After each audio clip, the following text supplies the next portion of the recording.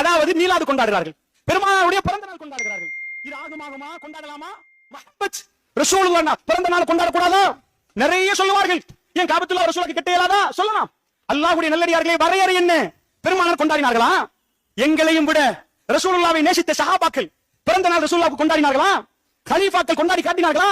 இது ரபியுல் அவ்வல் 12 நாங்க ரசூலுல்லாஹ்வுக்கு பிறந்த நாள் கொண்டாட போறோம்னு கொண்டாடினாங்களா? மார்க்கத்தில் புதுசாக உருவாக்கினால் இது மார்க்க கட்டிடும். அதுல ஒரு கல்லு கூட கட்டலாது. உங்க வீடு கட்டுங்க, மார்க்கத்துள்ள கட்டிடத்துல புதுசா ஒண்ணும் செய்யலாது. அல்லாஹ்வுடைய தூதர் அதாவது பிறந்த நாள் கொண்டாடவில்லை என்றால் கொண்டாட முடியாது. அதுதான் அடிப்படை. நபிகள் நாயகம் ஸல்லல்லாஹு அலைஹி வஸல்லம் சொன்னார்கள், மன் அஹதஸ ஃபீ அம்ரினா ஹாதா மா லைஸ மின் ஃபவரத்துன். யார் இந்த மார்க்கத்தில் புதுமை உருவாக்குறார்களோ அவரிடம் இருந்து அது ஏற்றுக்கொள்ளப்படாது.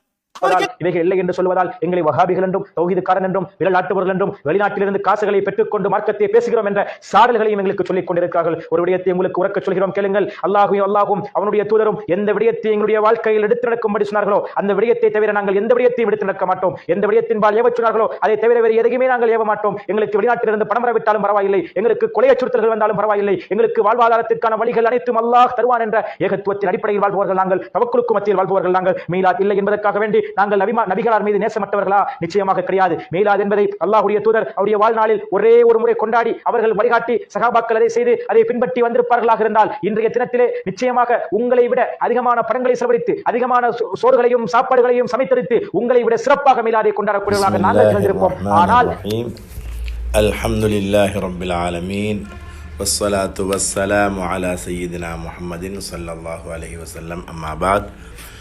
பேரன்புமிக்க இஸ்லாமிய உறவுகளே, நேயர்களே, நண்பர்களே, இங்கு நாம் பார்க்கக்கூடிய விடயம் மௌலித் சம்பந்தமானதொரு தலைப்பு சென்று கொண்டிருக்கிறது.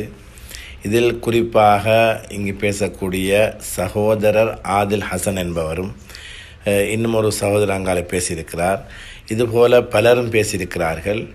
இவர்களுடைய எல்லாரும் பேசக்கூடிய எல்லாருடைய தலைப்பையும் ஒன்றாக நாம் சேர்த்து பார்க்கும் பொழுது அவர்களுடைய மிக முக்கியமான இது பிதாத்ன்னு சொல்வதற்கு, மீலாது நபி கொண்டாடுவது பிதாத் என்று சொல்வதற்குரிய மிக பிரதானமான காரணம் ரசூலுல்லாஹி ஸல்லல்லாஹு அலைஹி வஸல்லம் செய்யவில்லை, சஹாபாக்கள் செய்யவில்லை என்பதுதான் மிக பிரதானமான காரணமாக இருக்கிறது.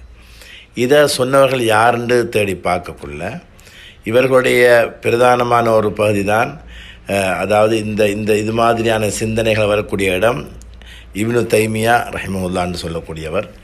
அந்த இப்னு தைமியாவிடமிருந்து வரக்கூடிய அந்த கருத்து தான் வாழையாக வந்து இப்னு தைமியா இதை சொல்லியிருக்கிறார். சமகாலத்தில் இவங்களுடைய இப்னு பாஸ் என்றவர் சொல்லியிருக்கிறார். அதே போல் அல்பானி சொல்லியிருக்கிறார். இது மாதிரியான ஆக்கள் எல்லாரும் சொல்லக்கூடிய ஒரே சிந்தனை என்னென்னா, இதுக்கு அடிப்படை இல்லை, சஹாபாக்கள் செய்ய இல்லை, ரசூலுல்லாஹி ஸல்லல்லாஹு அலைஹி வஸல்லம் கொண்டாடி காட்ட இல்லை என்றது தான் இது. அதே போல தான் இப்னு தைமியாவும் சொல்கிறாரு, இது வந்து சஹாபாக்கள் செய்ய இல்லை, ஸலஃபு ஸாலிஹ் செய்ய இல்லை, குலஃபாக்கள் செய்ய இல்லைன்னு சொல்கிறாரு.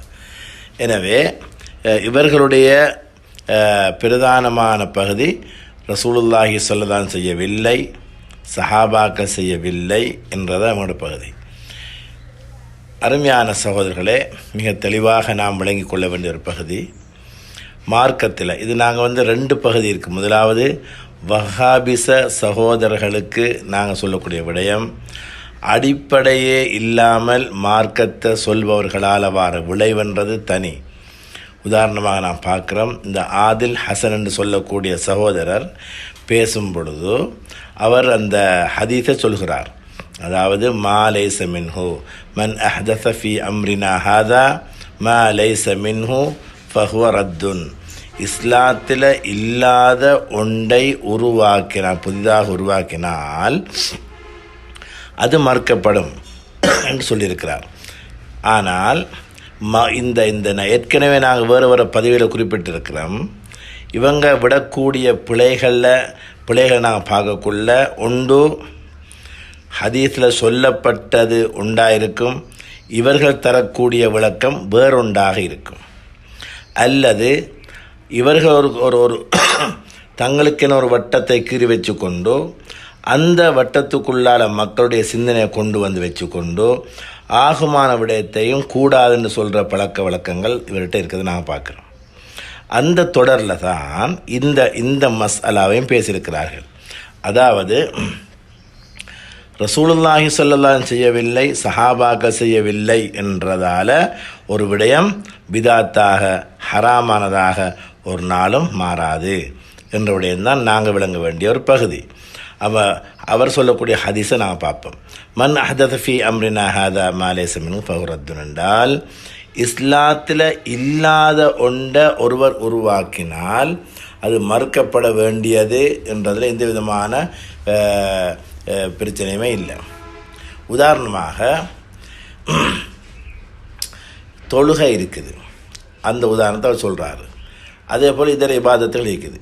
இந்த இபாதத்துகளை போல ஒரு தனி ஒரு இபாதத்தாக மௌலிதுன் நபவிய ரசூலுல்லாஹி ஸல்லல்லாஹு அலைஹி வஸல்லம் பிறந்த நாளை ஏற்படுத்தி கொண்டு ஒன்று பிறந்த நாளை கொண்டாடுறது அல்லது பிறந்த நாளில் கொண்டாடுறது, அந்த கொண்டாட்டத்தை ஒரு தனி இபாதத்தாக ஒரு உருவத்தில் அமைச்சு வச்சு கொண்டு கொண்டாடினால் அது பிதாத்து, அது இஸ்லாத்தில் இல்லை, அது தவிர்க்கப்பட வேண்டும், இல்லாமலாக்கப்பட வேண்டும் என்றதில் எந்த விதமான மாற்று கருத்தும் யாருக்குமே இல்லை. ஆனால் இந்த மீலாது நபின்னு சொல்லப்படக்கூடிய விடயம், மீலாது விழான்னு சொல்கிற விஷயங்கள் ரசூல்மார்கள் நபிமார்களுடைய தலைவர் ஹதரத் ரசூலுல்லாஹி ஸல்லல்லாஹு அலைஹி வஸல்லம் பிறப்பின் ஞாபகமாக அந்த பிறப்பை ஒரு நியாமத்தாக மாஃபர் நியாமத்தாக கருத்தில் கொண்டு அந்த அந்த ரசூலுல்லாஹி ஸல்லல்லாஹு அலைஹி அவர்களுடைய அந்த பிறப்பை மதித்து நியமத்தாக எடுத்து அந்த நியமத்துக்குரிய நன்றி செலுத்துகிற அடிப்படையில் சந்தோஷத்தை வெளிப்படுத்துகிற அடிப்படையில் என்ன செய்கிறோம் என்றால் ஒவ்வொரு இடங்களில் ஒவ்வொரு முறையில் அதனை கடைபிடிக்கிறார்கள். அதாவது சில இடங்களில் என்ன செய்வாங்கண்டா மக்கள் எல்லாரையும் கூட்டுவாங்க, அங்கே சில பயான் நிகழ்ச்சிகள் நடக்கும், உபதேசங்கள் நடைபெறும், அதே நேரத்தில் குர்ஆன் ஓதப்படும், சில துஆக்கள் செய்யப்படும், இல்லாட்ட ஸலவாத்துகள் ஓதப்படும், திக்ருகள் நடைபெறும், சாப்பாடுகள் வழங்கப்படும் அல்லது இனிப்பு பண்டங்கள் பரிமாறப்படும், இப்படியான விஷயங்கள் நடக்கும். இதைத்தான் இவர்கள் ஹராம்னு சொல்கிறாங்க. இந்த விடயம் ஒரு நாளும் ஹராமாக இயலாது. ஏனென்றால் ஒன்று கூடுவது இஸ்லாத்தில் வரவேற்கத்தக்க விஷயம், அதே நேரத்தில் பயான் நடத்துறது, உபதேசம் செய்வது, வழிகாட்டுவதெல்லாம் மிக மிக வரவேற்கத்தக்க விஷயம்.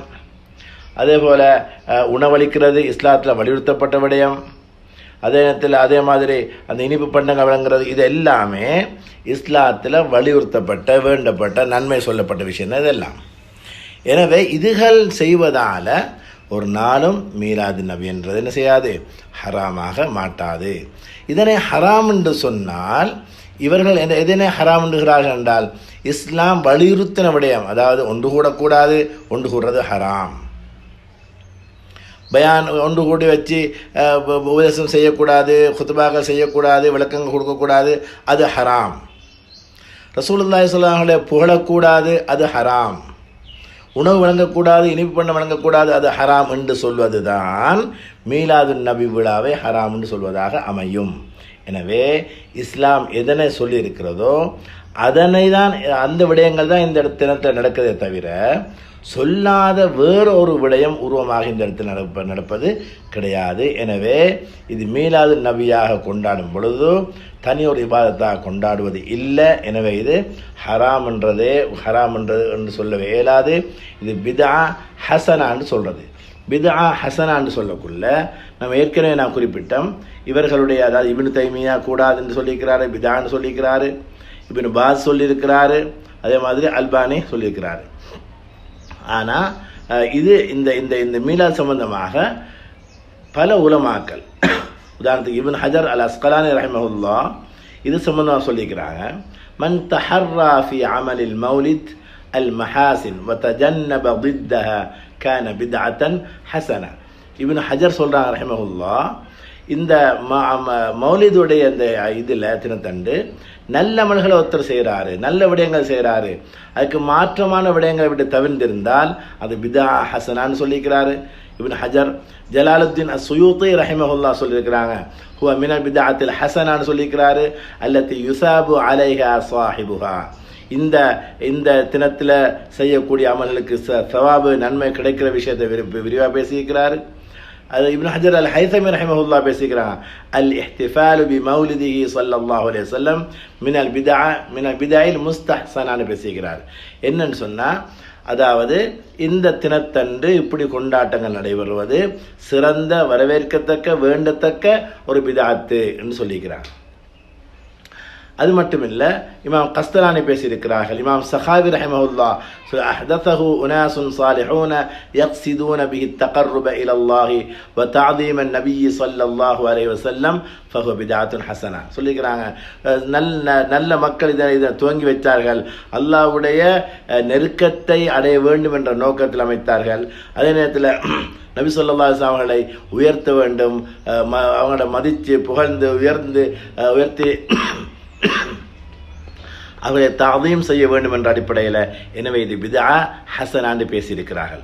அது அடுத்தது இவர்களுடைய சிந்தனை சார்ந்தவர்கள் ஒருவர் தான் இமாம் ஷவுகானி ரஹிமஹுல்லாஹ். அவங்க என்ன சொல்லிக்கிறாங்க, ஜவ்வஸ ஜமாஅத்தும் மினல் உலமாஇ அமலல் மௌலிதி ஷரீஃப் வ அத்தூஹு மினல் பிதாயில் ஹசனா. அவங்க சொல்லிக்கிறாங்க என்ன, பல உலமாக்கள் இதனை ஜாயிஸ்ன்னு சொல்லிக்கிறாங்க, ஆகும்னு சொல்லிக்கிறாங்க. அடுத்தது இது ஹசன் சிறந்த பிதாத்துன்னு சொல்லிக்கிறாங்க. இப்போ என்ன பிரச்சனைன்னு சொன்னால், இந்த இடத்துல விளங்க வேண்டிய விடயம், அதாவது உலமாக்கள் மிக தெளிவாக இருக்கிறாங்க. எந்த இடத்துல தடை வர இல்லையோ அந்த இடத்துல ஒரு நாளும் நாங்கள் ஹராம் என்று சொல்ல இயலாது. இது முதலாவது விஷயம். அடுத்ததாக, ஒரு அடிப்படையான விடயத்தில் எப்போ பிழை வருமோ அந்த விடயம் முழு விஷயமும் பிழையாக மாறிடும். அடிப்படையில் ஹராம் என்று ஒன்று இருந்தால் அது விடயம் முழுதும் ஹராம் தான். ஆனால் இந்த இடத்துல நடக்கக்கூடிய உள்ளடக்கமான விடயங்கள் எடுத்துக்கொண்டால் ஒன்று கூடுவார்கள், குறிப்பாக பள்ளியில் ஒன்று கூடுவார்கள், உபதேசம் நடக்கும், பயான் நிகழ்ச்சிகள் நடைபெறும், குர்ஆனுடைய திலாவத் நடைபெறும், திக்ர்கள் ஸலவாத்துகள் ஓதப்படும், அதே நேரத்தில் உணவு பரிமாறப்படும், இனிப்பு பண்டங்கள் வழங்கப்படும். இப்படியான விடயங்கள் எதுவுமே இஸ்லாத்தில் ஹராமாக்கப்பட்ட விஷயம் இல்லை, தாராளமாக செய்யலாம், வலியுறுத்தப்பட்ட விடயம். எனவே இதை யாரும் ஹராம் என்று சொல்ல இயலாது. இரண்டாவது விடயம், யாரும் அந்த ரசூலுல்லாஹி ஸல்லல்லாஹு அலைஹி வஸல்லம் பிறந்த நாள் என்ற அந்த நாளை இபாதத் செய்வது கிடையாது.